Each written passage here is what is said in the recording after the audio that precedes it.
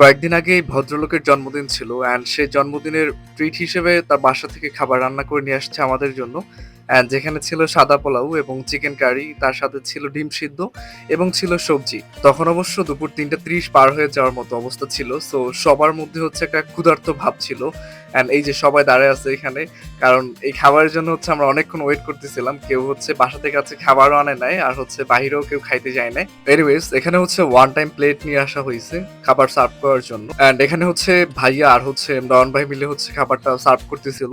আপনার পুরো লাইফে মানে বেস্ট একটা দিন যাইব এটা। ধরেন একটু চুল বেশি পাইছেন, আলু 2 পিস আছে 3 পিস পাইছেন, ওই দিন আপনার জন্য একটা ব্লেসিং দিন। তো সবাই খাবার নিয়ে গবেষণা করার মাঝে হচ্ছে খাবারের প্লেট চলে আসছে।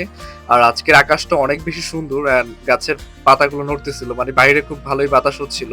আর এটা হচ্ছে জাহিদ ভাইয়ের প্লেট অ্যান্ড এদিকে হচ্ছে সবাই খাওয়া দাওয়া স্টার্ট করে দিছিল, যেহেতু সবাই অনেক বেশি ক্ষুধার্ত ছিল আর আমারও অনেক বেশি ক্ষুধা লাগছিল তখন। সো আমি হচ্ছে খাওয়া দাওয়া স্টার্ট করে দিছি। সো কিছুক্ষণের মধ্যেই সবাই যেহেতু ক্ষুধার্ত ছিল, অনেক আর্লি সবাই খাওয়া দাওয়া করে ফেলছে। সো খাওয়া দাওয়া শেষ সোনার বাংলাদেশ, বাট জাহিদ ভাইয়ের খাওয়া দাওয়া এখনো শেষ হয় নাই। সে খুব ছোট ছোট হচ্ছে লোকমা দিয়ে খাইতেছিল।